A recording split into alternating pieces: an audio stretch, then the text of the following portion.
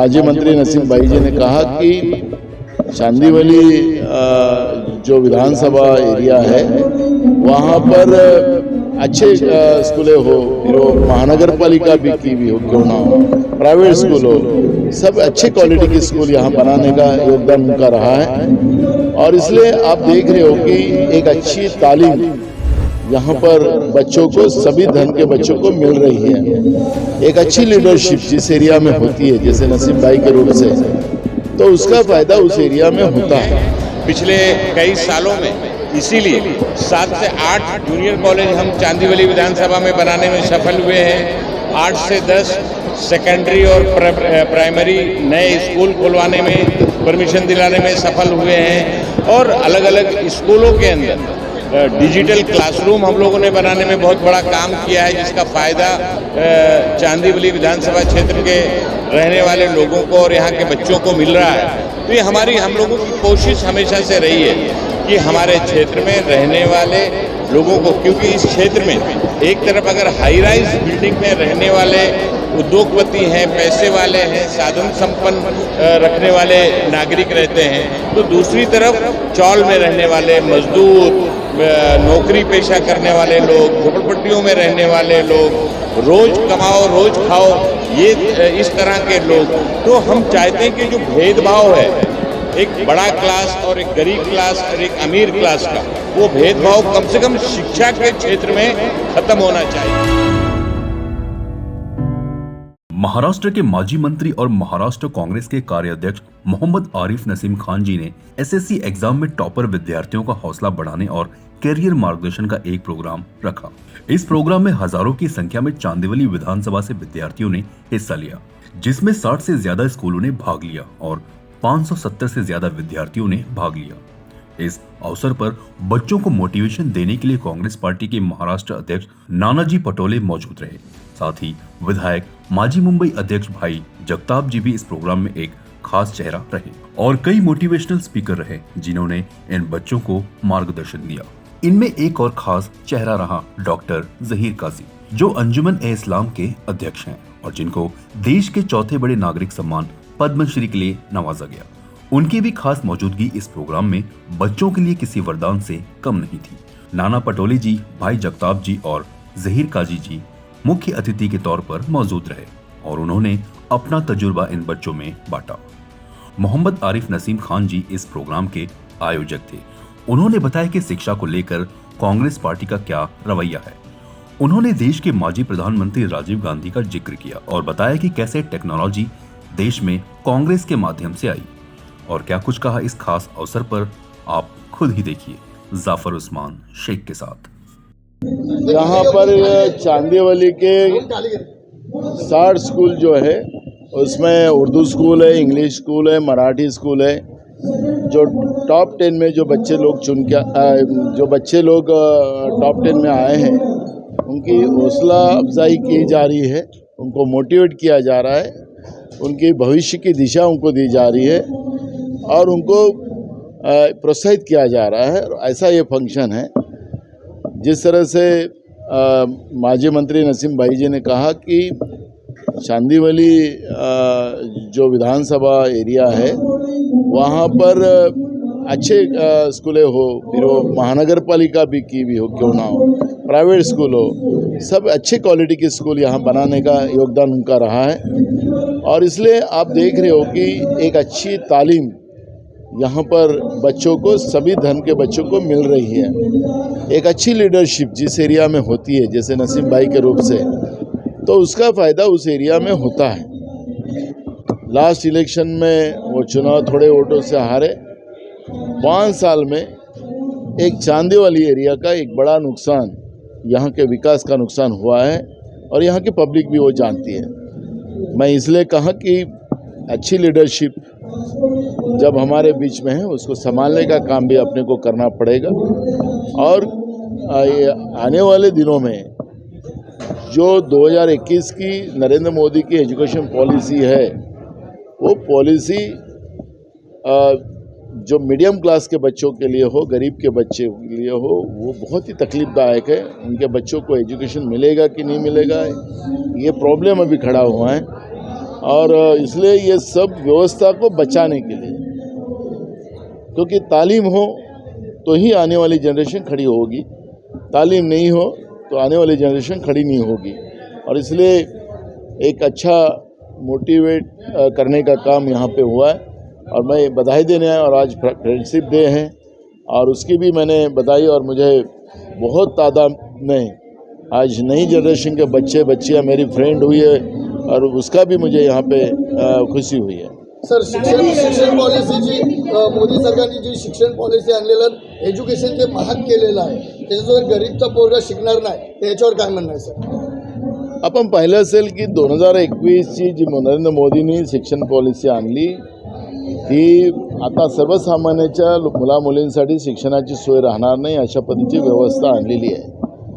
बीजेपीची जी policy आहे की आर्थिक आणि शैक्षणिक प्रत्येकाला संपवायचं आणि गुलाम बनवायचं, आणि त्याचे पावलं नरेंद्र मोदीच्या सरकारने उचललेले आहेत। महाराष्ट्राचे सरकार तेच काम करते आणि त्या दृष्टिकोनातून चांदिवली भागामध्ये ज्याप्रमाणे मी नसीमबाईचा उल्लेख केला की त्यांनी ज्या पद्धतीचं शिक्षण व्यवस्था मंत्री असताना या ठिकाणी उभ्या केल्यात, महाराष्ट्रामध्ये त्याचा फार मोठा त्यांच्या मंत्रिमंडळाचा पदाचा फायदा झाला आणि म्हणून अशा या नेतृत्वाला आपण लोकांनी टिकवलं पाहिजे, त्याला मदत केली पाहिजे, आशीर्वाद ठेवला पाहिजे, ही भूमिका याच्यामध्ये आहे। सर, देवेंद्र फडणवीस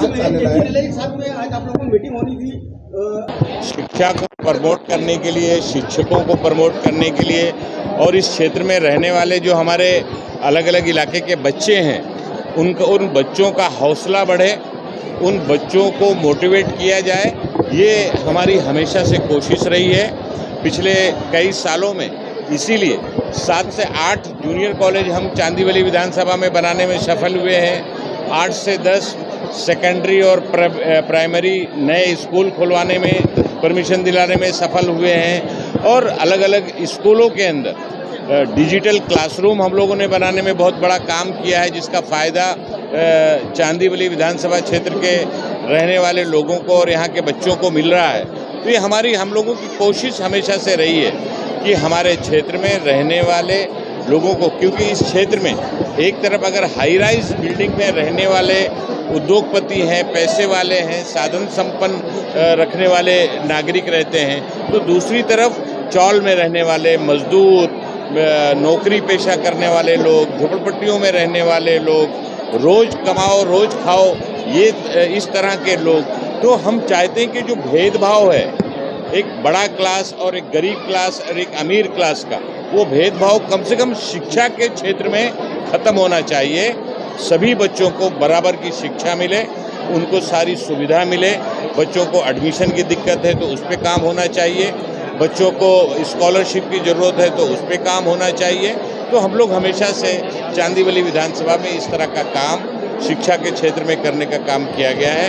आज भी लगभग 60 स्कूलों में टॉप 10 जो बच्चे एसएससी में आए हैं उन सबको रिवॉर्ड यहाँ पर दिया गया है, स्कॉलरशिप दी गई है, वॉचेस दिए गए हैं। उनको प्रमोट करने के लिए यहाँ पर मार्गदर्शन शिविर, कैरियर गाइडेंस के लिए बहुत सारे हमारे स्पीकर्स यहाँ पर आए थे। उन्होंने उनको बताया कि आने वाले दिनों में इस देश में, दुनिया में भविष्य किस क्षेत्र में शिक्षा लेने में है, किस क्षेत्र में हमें आगे बढ़ना है, किस क्षेत्र की शिक्षा लेने के बाद हमें रोजगार के अवसर उपलब्ध हो सकते हैं। ये तमाम सारी मालूमात, क्योंकि 10वीं एक ऐसा स्टेज आता है एसएससी का जब 10 से लेकर 12वीं तक 2 साल में बच्चा स्टूडेंट अपने भविष्य को लेकर वो चर्चा करते हैं, सोच विचार करते हैं।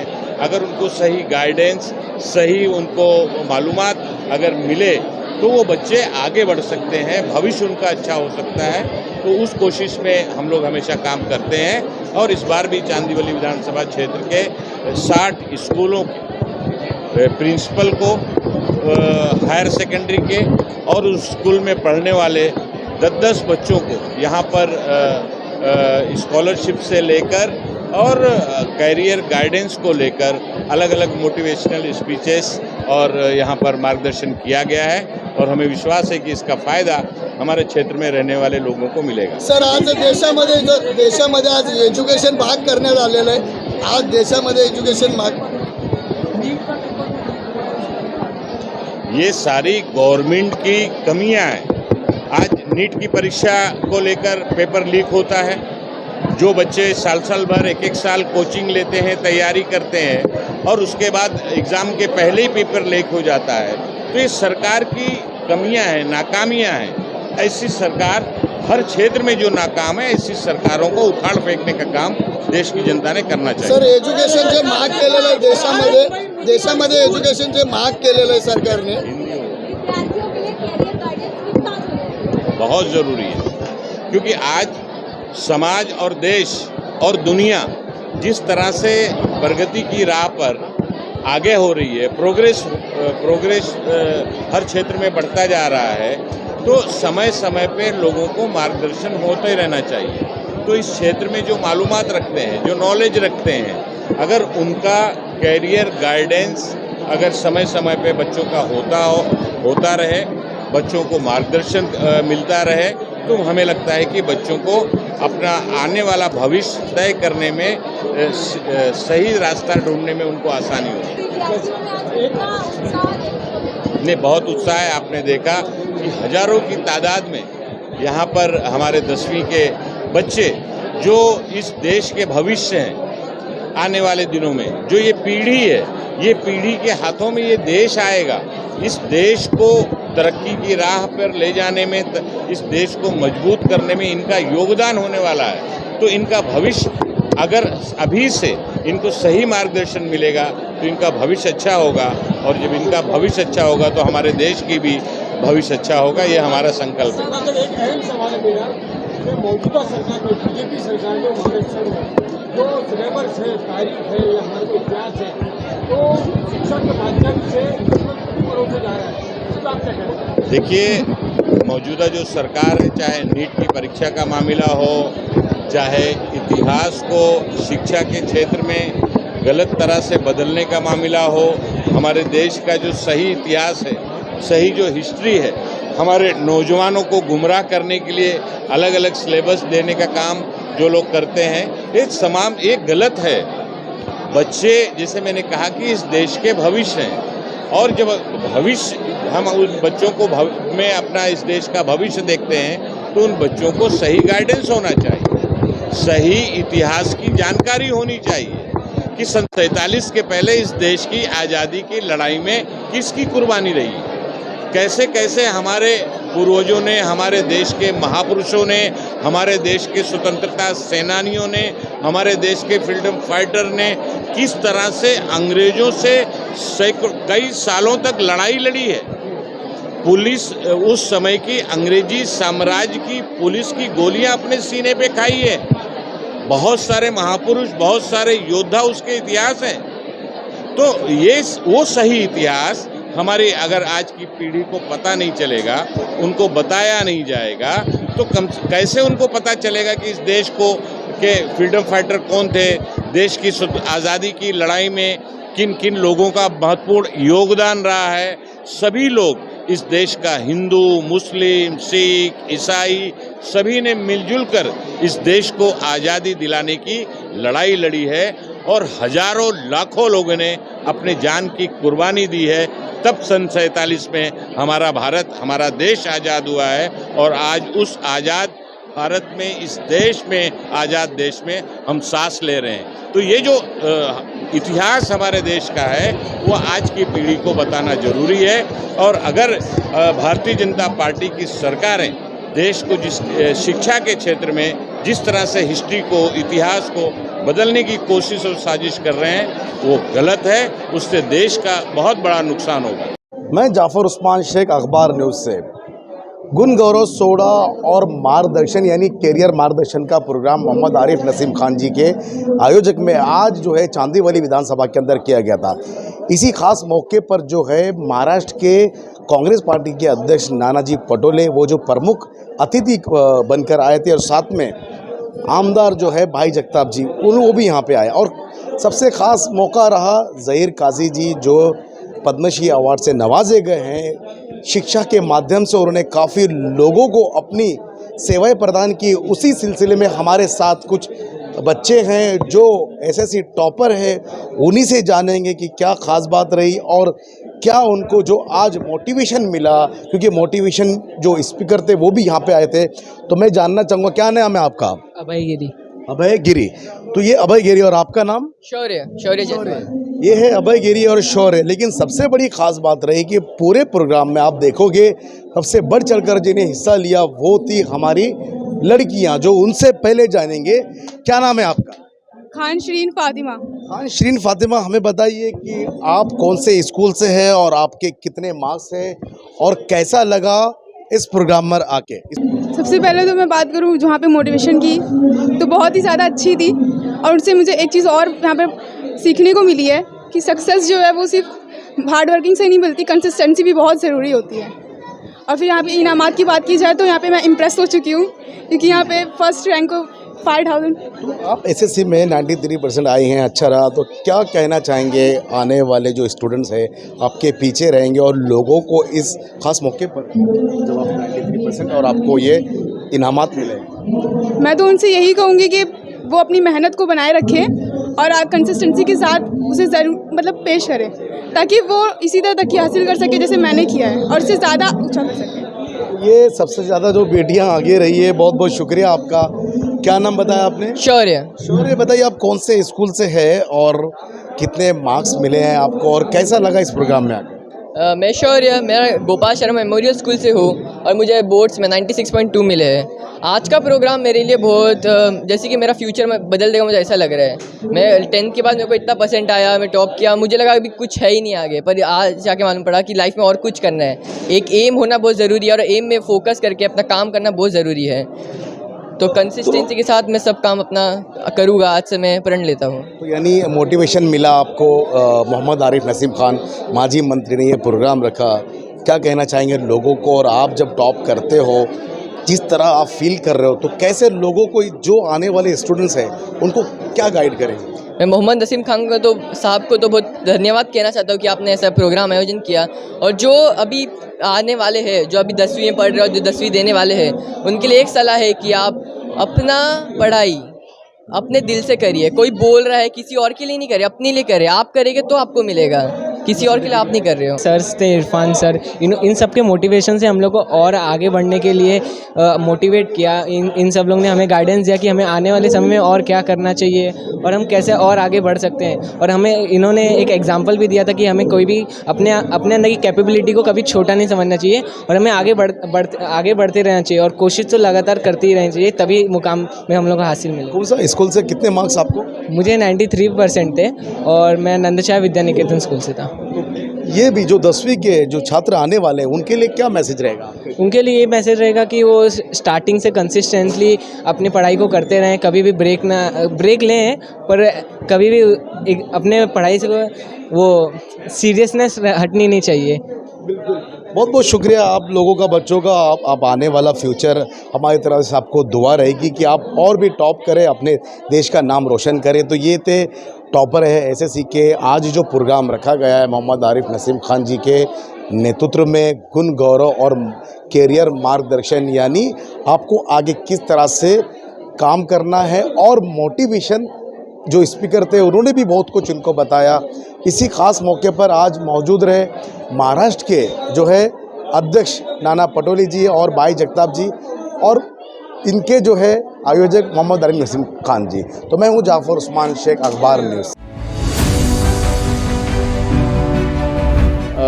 माजी मंत्री नसीम भाई जी ने कहा कि चांदीवली जो विधानसभा एरिया है वहाँ पर अच्छे स्कूलें हो, फिर वो महानगर पालिका भी की भी हो, क्यों ना हो, प्राइवेट स्कूल हो, सब अच्छे क्वालिटी के स्कूल यहाँ बनाने का योगदान उनका रहा है। और इसलिए आप देख रहे हो कि एक अच्छी तालीम यहाँ पर बच्चों को, सभी धर्म के बच्चों को मिल रही है। एक अच्छी लीडरशिप जिस एरिया में होती है, जैसे नसीम भाई के रूप से, तो उसका फायदा उस एरिया में होता है। पिछले कई सालों में इसीलिए 7 से 8 जूनियर कॉलेज हम चांदीवली विधानसभा में बनाने में सफल हुए हैं। 8 से 10 सेकेंडरी और प्राइमरी नए स्कूल खुलवाने में, परमिशन दिलाने में सफल हुए हैं और अलग अलग स्कूलों के अंदर डिजिटल क्लासरूम हम लोगों ने बनाने में बहुत बड़ा काम किया है, जिसका फ़ायदा चांदीवली विधानसभा क्षेत्र के रहने वाले लोगों को और यहाँ के बच्चों को मिल रहा है। तो ये हम लोगों की कोशिश हमेशा से रही है